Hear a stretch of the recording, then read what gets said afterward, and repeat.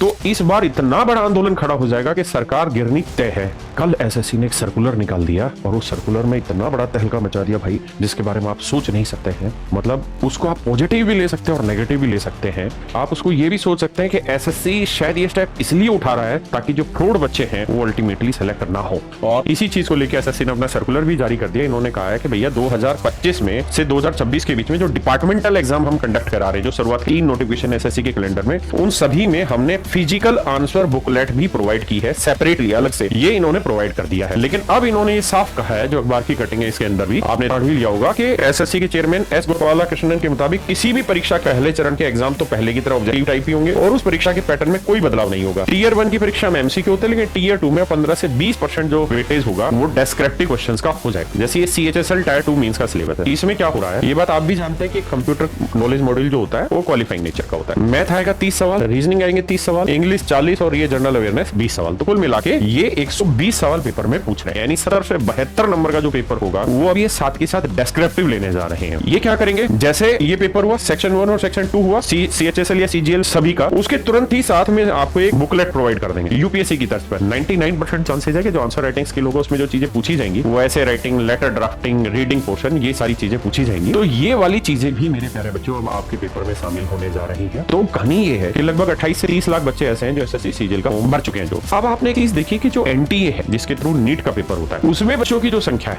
वो इतनी नहीं है जितनी एसएससी सीजीएल सीएचएसएल इनमें है। अगर यहाँ पे पेपर लीक हो गया तो इस बार इतना बड़ा आंदोलन खड़ा हो जाएगा कि सरकार गिरनी तय है।